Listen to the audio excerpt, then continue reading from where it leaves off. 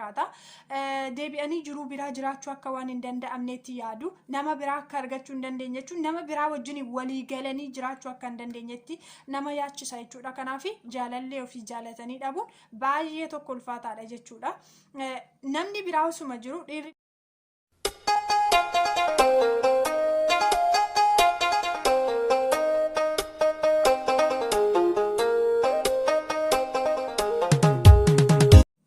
Ashama harka fuunee nagaa waaqayyo isiniif haa ta'u jaallatamtootaa fi kabajamtoota hordoftoota chaanaalii kooti akkam jirtu nagaa keessanii ani nagaa kooti galata waaqayyo haa ta'u baga nagaa keessan taatanii obboloonni haaraa gara chaanaalii kootii dhuftan laayik sabiskiraayib gochuudhaan maatii koo taatanii kan jirtan immoo viidiyoo isin darbu yoo jaallattan sheer gochuudhaan hiriyoota keessaniin gahan isiniin jedha. Har'a viidiyoon isiniif qabadhee dhufee gaaffii namoonni hedduun karaa garaa garaatiin na gaafatan walitti qabeetiin nama tokkoof deebisuunsaa waan naaf hin mijannee fi walumatti qabeen viidiyoo dheeressee isiniif hojjedha jedhee yaadeeni karaa tiiktookii namoota hedduutu na gaafate keessaanis namoonni na gaafatan jiru yuutuubii irratti illee koomentii irratti namoonni na barreessan jiru. Gaaffiin kunis nama jaalladhee dhabe tokko yookaan immoo jaalallee isaanii gaafa isaan dhiisee isaanirraa adda bahu inni jireenya biraa gaafa jalqabu akkamittiin nama sana dagachuu danda'a kan jedhudha. Egaa jaalalleen koo namni nani baay'ee jaalladhu na dhiisee jireenya mataa isaatii jalqabe yookaan immoo dubartii biraa jaallatee dubartii biraa fuudhee ani immoo jaalallee koo sana dagachuun dadhabee isa dhiisee jireenya biraa jiraachuu nan dadhabee kan jedhanii baay'ee yaanni isaanii kan jeeqamu tarkaanfachuu kan dadhaban jireenya gara kan biraatti fufuu namoonni dadhaban hojii isaaniillee hojjetachuu namoonni dadhabanii baay'ee isaaniitu jira. Egaa nama hundumaa bira mudannoon kun jira jedhee yaada. Namoota muraasa mudannoo kana yoo hin qabne jiraachuu malu isaanis gara fuulduraatti tarii mudachuutti danda'a. Mudachuun gaariidha jechuu koo miti. Haa ta'u iyyuu malee namni kan mudannoo kana keessaati karaa ittiin bahe hin beeku. Garuu mudannoon kun isa mudate karaa ta'e yeroo ta'e keessatti mudannoo kana keessaa bahe yeroo akkas ta'een ture yeroo tokko jedhee kan inni keessa isaatti yaadatu jira. Ammuma immoo jireenya kana keessa namoonni jiranii yaanni isaanii dhiphataa namoonni jirani jechuudha. Kanaatiif gara fuulduraatti illee tariitii isin mudachuu danda'a. Jaalalleen keessan baay'ee isin jaallattan tokko isin dhiisee utuu isin jaallattanii utuu isin abdattanii utuu isin boruuf ol keewwattanii gaafanne akkuma tasaa ta'e sababa isin irratti barbaade haa ta'u sababa isin irratti barbaadde haa ta'u karaa ta'eetiin isin irraa adda baate yookaan adda ba'e isin hin miidhamtu jechuudha. Lapheen dhugaadhaan jaallate tokko lapheen dhugaadhaan amane tokko nama jaallate nama amane sana gaafa dhabu baay'ee miidhama jechuudha. Kanaaf immoo akka baay'ee miidhamneef immoo nama baay'ee jaallattan tokko jaallattanii gaafa inni isinirraa adda bahu yookaan immoo isin dhiisee jireenya mataa isaatii biraa gaafa inni jalqabu isin jireenya biraatti fufsiifachuu hin dandeessanii jireenyuma dhuunfaa keessanii keessatti iyyuu jaalalli biraayyuu qabachuu miti jireenya dhuunfaa keessanii iyyuu jiruu dhuunfaa keessanii iyyuu geggeeffachuu hin dandeessan. Egaa wanti addunyaa kanarraati baay'ee bu'aa qabus jaalaladha. Dhala namaa wanti gammachiisu dhala namaa wanti boqochiisu dhala namaatti wanti tolu baay'ee jaalaladha. Itti miidhamaniiru taanaas immoo madaa baay'ee ulfaataa dhukkuba baay'ee ulfaataa namni namaan argine jaalaladha jechuudha. Namni nama jaallatu tokko jaallatee yoo dhabe baay'ee rakkisaadha jechuun baay'ee ulfaataa. Deebi'ee jireenya biraa hin eegalu jechuu osoo hin ta'in yeroo sanaaf baay'ee miidha nama jaallatan tokko dhabuuni. Yeroo nama jaallatan tokko dhabanii baqa jireenyi nama hundumtiyyuu jiruu nama hundumtiyyuu waan nama jalaatii badee namatti fakkaata. Deebi'anii jiruu biraa jiraachuu akka waan hin danda'amneetti yaadu. Nama biraa akka argachuu hin dandeenye jechuun nama biraa wajjin walii galanii jiraachuu akka hin dandeenyetti nama yaachisa jechuudha. Kanaaf jaalallee ofii jaalatanii dhabuun baay'ee tokko ulfaataadha jechuudha. Namni biraa osuma jiru dhiirri biraa shamarri biraa sotuma jirtu garuu nama jaallatan sana dhabanii wanta jireenya biraa jalqaban namatti hin fakkaatu. Baay'ee ulfaataadha yaada namaas baay'ee dhiphisa jechuudha. Kanaaf immoo garuu milkaa'uunsaa wanta biraati dhiisuunsaa milkaa'uu danda'a. Iddoon inni itti milkoofne afus immoo jira. Milkaa'uu dhabuu isaaniitiin immoo jaalalli isaanii sun namoonni miidhaman baay'een isaanii jiru. Jalqaba irratti namoonni baay'ee miidhamanii shaamarranidha. Shaamarran amalli shaamarranii dhiira gaafa jaallatanii laphee isaaniirra jaallataniiru taanaan baay'ee miidhamu. Nama sana baay'ee amanu irratti of gatu. Waan sobu ittiin fakkaatu waanuma barbaade yoo inni isaan sobeeyyuu waan isaan sobaa jirutti hin fudhatanii baay'ee amanatu. Isaan dhalatti dhiirri biraa akka jirutti hin yaadanii. Dhiironni biraa jiran dhuguma dubbachuudhaaf obboleessatti fakkaatu. Dhiironni biraa waan isaan alatti dhiirri biraa jirutti hin fakkaatu. Gaafuma jaalalaa namni yoo barreesseef mallattoodhuma waa'ee jaalalaa mul'isu namni yoo itti agarsiise iyyuu baay'ee jibbu jechuudha. Dhugaa dubbachuudhaaf baay'ee jibbu shamarran dhiira garaa isaaniirraa jaallataniiru taanaan jechuudha. Kanaaf nama garaa isaaniirraa jaallatan kana gaafa dhaban immoo baay'ee miidhamu jechuudha. Ofii isaaniitti sababa miidhamanii fi nama kan biraallee deebi'ee nama dhiira gaaffii jaalalaa isaaniif dhiyeessu hin miidhu jechuudha. Hubachuuf hin danda'an, lapheen isaanii hin cufamaa jechuudha. Kanaaf immoo asumaan dhaamsinaan obboloota dhiiraatiif dabarsuu barbaadu shaamarri tokko dhugaadhaan yoo isin jaallattetti ta'e baay'ee miidhamti. Dhugumatti immoo isiniif amanamti. Dhugaadhaan kan isin jaallatte isiniif amanamti. Kan isin gowwoomsitu yookaan immoo shaamarri hundumtiyyuu perfektidha jechuu koo miti. Shamarran baay'ee dhiironni utuu gatii guddaa wajjin baasanii baay'ee jaallatanii dhiironni akka miidhaman godhanis jiru.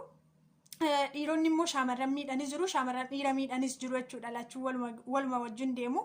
Caalattiyyuu immoo shamarranii dhugaadhumaan nama jaallatu, laphee isaanii guutuu sitti of gatu, sitti of amanu, sin shakkanii yoo ati sobdeeyyuu waan sobdeetti hin fakkaatu jechuudha. Kanaaf baay'ee waan si jaallataniif immoo gaafa deebi'anii si dhaban jiruu isaaniitiif si ol keewwatu waan ta'eef jiruu isaanii sana keessaa bakka si kaa'anii gaafa si dhabanii baay'ee miidhamu jechuudha. Baay'ee gaddu. Kanaaf immoo hin miidhina jechuudha. Hin jaallatta yoo ta'e jaalladhu. Hin jaallattu yoo ta'e immoo dhiisi jechuudha. Waan miidhuudhaaf ittiin deemini. Kanaaf shamarrantu baay'ee miidhama jechuudha. Jiruu biraallee eegaluu kan hin dandeenye, namoota kan biraallee miidhuu kan hin danda'an jechuudha. Sababa nama jaallatan dhaban sanaaf nama kan biraa miidhu jechuudha. Kanaatiif isaan kanarraati of qusachuu qabna isiniin jedha. Of qusadhaa obboleetti keessa jechuudha. Baqa akka obboleettii keessanitti ilaala. Jaalattan jaalala dhugaan qabdaniif yoo ta'e akka obboleettii keessanitti ilaalaati miidhuu hin barbaadinaan isiniin jedha. Egaa shaamarranii sababni jaalala keessatti baay'ee akka miidhan godhee fi inni tokko laphee dhugaadhaan jaallachuudha, tofamanuudha, shakkuu dhiisuudha. Shakkuun gaarii miti silayyuu nama jaallatanis haa ta'uuti. Nama kamiyyuu shakkuun baay'ee miidhaa qaba. Waa'ee shakkii irratti yeroo biraatiin viidiyoo isiniif hojjedha. Shaamarran akka miidhaman kan godhu keessaa gosoota dhiirota gaaffii jaalalaa isaaniif dhiyeessu adda baafachuu dadhabuudha. Yeroo darbe TikTok irratti hojjedheen ture. Dheeressee akkan hojjedhu namoonni naaf barreessan jiranii. Dhiironni sadan gaaffii jaalalaa shaamarraniif dhiyeessan kuniin gosoota isaaniin isinitti hima. Dhiironni gaaffii jaalalaa shaamarraniif dhiyeessan gosoota sadiitu jiru. Sadan kunis tokko dhiirri yeroo dibbirti isaatii yookaan immoo haalli inni keessa jiru isatti toluu dhiisu gaaffii jaalalaa shaamara tokkoof dhiyeessu jechuun dhiironni yeroo haalli isaanitti hin tolle biiroo isaanii keessatti walitti bu'anii haa ta'u, haalli jireenya isaanii mijachuu dhiisee haa ta'u, whatever haalli isaanii yeroo isaanitti tolee hin jirretti shaamara wajjiniin otoo haasa'anii yeroo kan dhiironni yoo shaamara wajjiniin haasofni dhiiriyaa isaanii dhiiraa wajjiniin illee haasa'uun barbaadan mana isaanii minaamni qofaa cufatanii taa'u jechuudha. Jechuun obboloota kooraa waan hin arguufi kanaaf yeroo kaan immoo shaamara wajjiniin haasa'utti dabarsu jechuudha. Gaafa shaamara wajjin haasa'an kana immoo isaan wanta yaada isaanii keessa jiru sana dagachuu waan barbaadan jedhanii gaaffii jaalalaa dhiyeessuu fi danda'u, taasisuu danda'u. Sammuun isaanii isatti qabame sana dagachuu waan barbaaduuf waan barbaade taasisuu danda'a. Dhugaa fakkeesse gaafa kana immoo dhugaa itti fakkaatee jaallatteetti yoo ta'e shaamarri tokko baay'ee miidhamti jechuudha. Inni gaafa haalli isaa sun jijjiiramee fi haalli inni isa dabbare sun gatee gaafa inni deeme innis ishee gatee deema jechuudha. Kan biraa dhiira ishee madaaluudhaaf gaaffii jaalalaa dhiyeessu. Dhiironni karaa feesbuukiitiinis haa ta'u karaa garaagaraatiin qaamaanis arganii haa ta'u shaamarree tokko gaafa arganii tarii dubbii ishii itti toluu danda'a. Yoona waan dhaabbii qabdutti fakkaachuu dandeessa jechuudha. Barreeffamni ishii madaaluudhaaf jecha ammuma jettu kana geessi kan jedhuu fi gaaffii jaalalaa dhiyeessuu fi danda'a. Waan barbaadan itti haasa'uu danda'u. Gaafa kana gaaffii inni dhiyeesse dhuguma seetee jaalalaan qabamteetti yoo ta'e inni madaaluudhaaf dhufe waan ta'eef dhiisee deema jechuudha. Ishee madaalee ishee dhiisee deema miidhamtu ishee taati jechuudha. Kanaatiif dhiirota gaaffii jaalalaa isheedhaaf dhiyeessan kana shaamarran adda hin baafattu yoo ta'e baay'ee miidhamtuu taati jechuudha. Miidhamarraa afuudhaaf immoo shaamarranii dhiirota gaaffii jaalalaa isheedhaaf dhiyeessan kana adda baafachuu qabdi. Inni sadaffaani dhiira dhugaadhaan ishee jaallatu, dhiirri dhugaadhaan ishee jaallatu itti yaadee dhufa, isheedhaafis yeroo kenna. Ofiifis yeroo fudhateetti yaadee waa'ee ishee hubatee tintaatii fi hintaatuu isaa ishee adda baafatee gaaffii jaalalaa dhiyeessaa waan ta'eef isheedhaafis yeroo kenna jechuudha. Gaaffii jaalalaa gaafa dhiyeesseef itti yaaddee isa hubattee irratti kadhattee akka amantaa isheetitti akka isaaf deebiftu barbaada. Gaaffii kamiifillee itti mudduu yeroo kennaa fi akka isheen itti yaaddu godha. Yoodhuma isheen illee yeroo sanaaf gaaffii jaalalaa isaa hin simanne ta'e abdii kutatee yeroodhuma tokkoon irraan deemu itti deddeebi'ee hubachiisuudhaaf yaala. haala ishee irratti hundaa'uu hin ho'isu karaa kanaatiin adda baafachuu dandeessa jechuudha. Garuu dhiironni lamaan ishee madaaluu fi yeroo isaaniitti dabarfachuudhaaf dhufanii gaaffii jaalalaa yoo dhiyeessaaf yeroodhuma sanatti akka ishiin deebistuuf godhu. Si jaaladheera isheenis akka jetteeni firii taate akka isheen wajjin haasoftuudha kan isaan barbaadan. Akka isaan barbaadanitti gaaffii barbaadan yeroodhuma sana keessa taadhuma dubbisanii haadhuma waan baay'ee gaafachuu danda'u. Garuu namni dhugaadhaan ishee jaallate gaaffii hundumaa suuta jedhee gaafata malee waan kamiifiyyuu hin ariifatu jechuudha. Karaa kanaan adda baafachuu danda'u dhiirota gaaffii jaalalaa isaaniif dhiyeessan dhugaadhaan isaan jaallatuu fi gowwoomsaa jiru adda baafachuu danda'u. Gaafa kana immoo gowwoomfamuurraan oolu miidhamuurraan oolu jechuudha. Shaamarran baay'eetu miidhama waan ta'eef jechuudha. Dhiira tokko isaan jaallate immoo kan jaalalleen keessan dhiiras haa ta'u shaamarranii jaalalleen keessan isin baay'ee jaallattan tokko gaafa ishiin isin dhiiftee jiruu biraa yookaan immoo dhiira biraa jaallatte yookaan dubartii biraa jaalalleen keessan jaallate isin itti miidhamoo taatu. Dhugaadhaan yoo jaallattaniitu ta'e nama sana bukkeetti filannoo biraa hin qabdan yoo ta'e gaafa isheen isin dhiistee deemtu yookaan immoo gaafa inni isin dhiisee deemu baay'ee miidhamtu baay'ee itti madooftu jechuudha. Nama sana dagachuun baay'ee ulfaata. Ammallee jireenya akkanaa keessa namoota jiran hedduutu jira jechuudha. Namoota jaallatanii deebi'anii nama sana dagachuu dadhabanii nama sanaan alatti jiruu biraa yookaan immoo jaalala biraa keessa galuu namoonni dadhaban baay'eetu jira. Namoota jaallattan kana yookaan jaalallee keessan shamarran haa taatu dhiira jaalallee keessan sana isin dhiisee jiruu biraa jalqabe dagachuudhaa fi wanti jalqaba isin gochuu qabdanii ati gatii guddaa qabaachuu ta'uu kee beekuu qabda. Ati gatii guddaa qabaachuu kee beekuu qabda. Gatii guddaa qabaachuu kee beekta yoo ta'e nama kan birattiyyuu akka barbaadamtuun sammuu kee amansiista. Gatii guddaa ofiif kennituu namni kamiyyuu si madaaluu danda'a.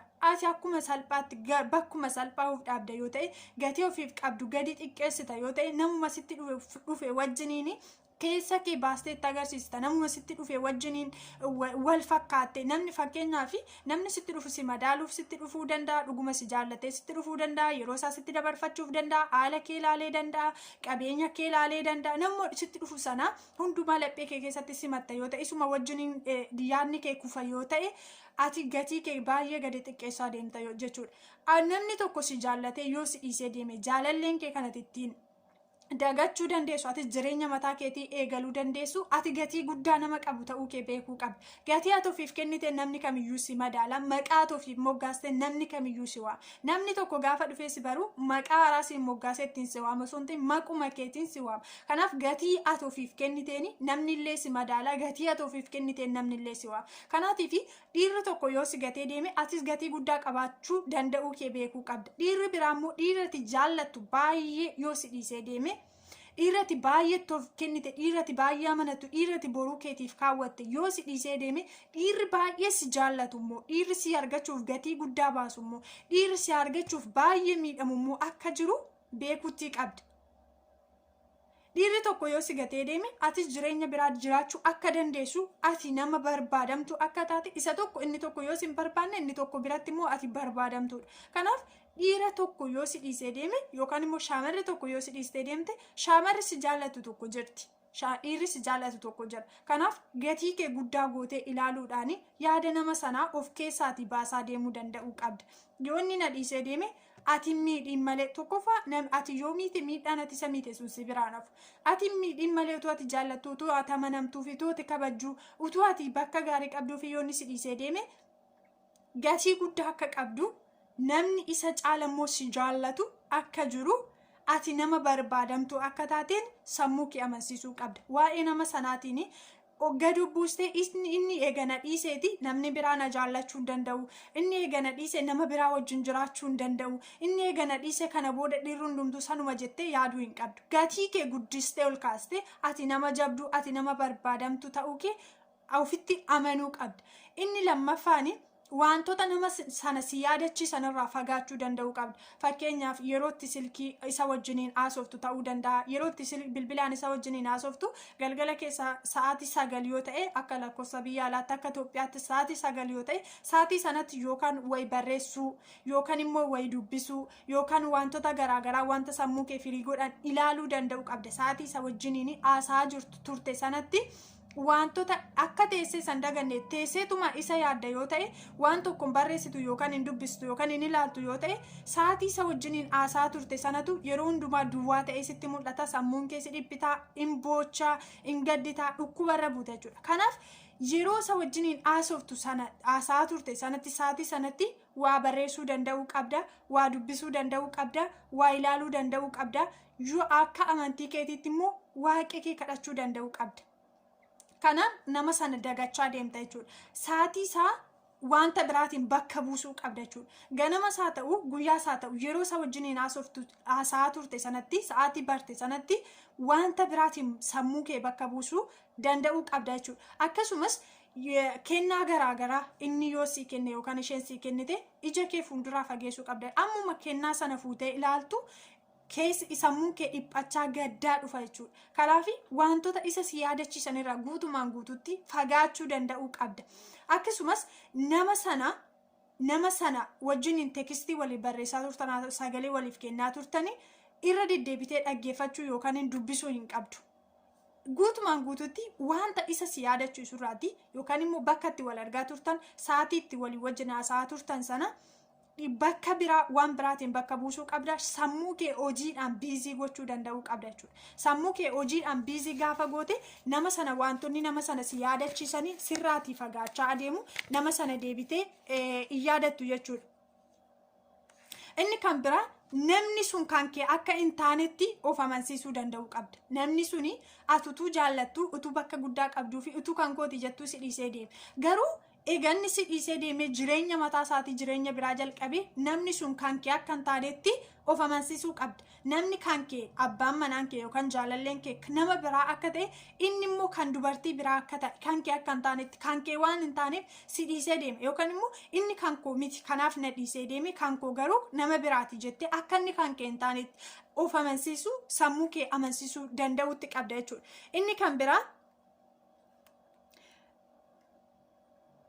Inni kan biraa sammuu kee hojiitti biizii gochuudha.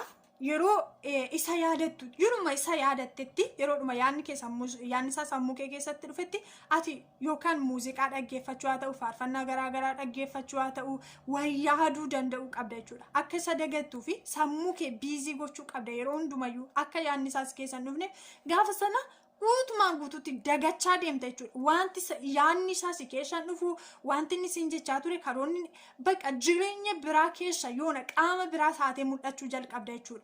Kan biraa namoota nama gaaffii jaalalaa si dhiyeessu simachuudhaa fi of qopheessuu danda'uu qabda. Yookaan immoo dhiira yoo taate gaaffii jaalalaa nama biraadhaaf dhiyeessuudhaaf, nama biraa wajjiniin jaalala jalqabuudhaaf of qopheessuu danda'uu qabda. Nama biraa faana jaalala hin jalqabdu yoo ta'e bara kee guutuuyyuu gaddaa afta sammuun kee qabamaa af. Garuu namni sun kan kee akka hin taane of amansiisuudhaani nama sanarratti hamaa yaaduu osoo hin ta'in, nama sana miidhuu osoo hin ta'in, osoo nan jiru jaalallee biraan qabatu addan irraa baasa akkasiin godhaa osoo hin ta'in nama sanaaf gaarummaa yaada akka obboleessaa jechuun akka firaa tokkotti akka qaama kee dhiiga kee wayitti akka firaatti yaaduu qabda.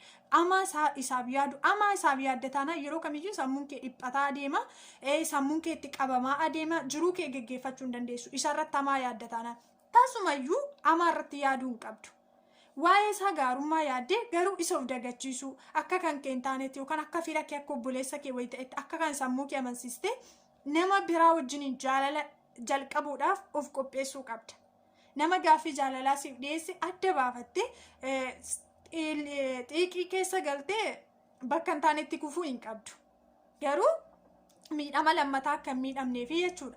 Ilaallattee nama siif ta'u adda baafattee gaaffii jaalalaa jalqabuudhaaf of qopheessuu qabda jechuudha. Miidhaa isa duraarra ooluudhaaf nama siif ta'u filattee jechuudha. Karaa kanaatiin nama jaallatte tokko, nama jaallattee si dhiisee deemee jireenya biraa jalqabe tokkorraati karaa salphaatiin dagattee jireenya mataa keetii jalqabuu dandeessa jechuudha. Ati gatii qabda. Nama gatii qabu immoo namni kamiyyuu hin barbaada. Kanaaf inni tokko si dhiisee deemeedhaaf ati nama si jaallatu hin dhabdu yookaan immoo onneen kee nama biraa keessummeessuu hin dandeessu jechuu miti. Namni kun taariitii durayyuu kan kee miti jechuudha. Kan kee utuu ta'e si dhiisee hin deemu. Dhuguma immoo si wajjin jiraachuudhaaf utuu ta'e utuu ati jaallatu utuu ati hin miidhiin si wajjin jiraachuudhaaf karoora qabaatee dhufeera yoo ta'e si dhiisee hin deemu ture. Garuu dhiirota sadan kana keessaa namoota jara lamaan dibbirtii sitti ba'uu fi si madaaluudhaaf dhufantu si gatee deema. Egaa isaan si gatanii immoo deemanii ati jireenya biraa jalqabu akka dandeessu, ati dubartii of dandeessu, dubartii barbaadamtu akka taate yookaan immoo dhiiras yoo taate dubartiin biraa akka si jaallatu kan kee kan taate kan si kunuunsitee si jaallattee si kabajjee si wajjin hin jiraattu. Utuu ati gatiin baasin ishiin iyyuu gatii baaste inni iyyuu gatii baase jaalala keetiif kan si wajjin jiraatu argachuu akka dandeessu of amansiisuu qabda. Kanaan namoota jaalallee keessi dhiisee deemee jireenya mataa isaatii jalqabirraati sammuu kee keessaa baaste jireenya mataa keetii itti jiraachuu kanatti jalqabdu karaalee kanaanidha jechuudha. Viidiyoo kana yoo jaallattan sheer gochuudhaan hiriyoota keessaniin gaa viidiyoo biraatiin amma walitti deebinutti nagaan isiniif haa ta'u turtii gaarii.